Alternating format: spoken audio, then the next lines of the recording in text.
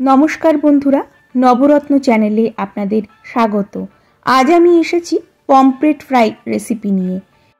এর জন্য একটা মিক্সিং জারে 2 টেবিল চামচ মতো গোটা ধনে, 1 টেবিল চামচ মতো গোটা জিরে, রসুন কোয়া 4টে মতো, আর ভিজিয়ে রাখা বীজ ছাড়ানো লাল লঙ্কা, আদা, আমি এটা বাটা আদা ব্যবহার করেছি, আপনারা এমনি আদাই ব্যবহার করবেন, সাদা তেল, আর সেই লঙ্কা ভেজানোর জলটা দিয়ে একটা ফাইন পেস্ট করে নেব।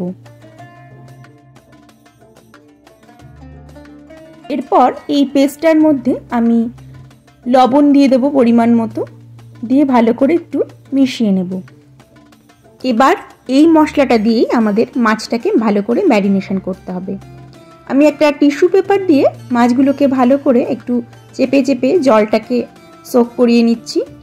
তারপর মশলাটাকে মাছের গায়ে ভালো করে মাখিয়ে আমি কিছুক্ষণ এটাকে রেখে দেব, যাতে ম্যারিনেশনটা ভালোভাবে মাছের মধ্যে ঢুকে যায়। এর সঙ্গে একটু লেবুর রস দিয়ে দেব। আপনারা চাইলে ভিনিগারও ব্যবহার করতে পারেন, তবে লেবুর রস দিলে গন্ধটা ভালো হয়। এরপর একটা ফ্রাইং প্যানে আমি সাদা তেল গরম করে নিয়ে মাছগুলোকে ভালো করে ফ্রাই করে নেব। এই সময় গ্যাসের আঁচটাকে একেবারে কম রাখতে হবে, তারপর উল্টে পাল্টে ভালো করে ভাজতে হবে। আমি বারবার করে মশলাটাকে এরকম ওপর দিয়ে একটা চামচের সাহায্যে নিয়ে লাগিয়ে দিচ্ছি, আর তেলটাকেও একটু বারবার ওপর দিয়ে ছিটিয়ে দেব, তাহলে বেশ মাছটা নরম থাকবে।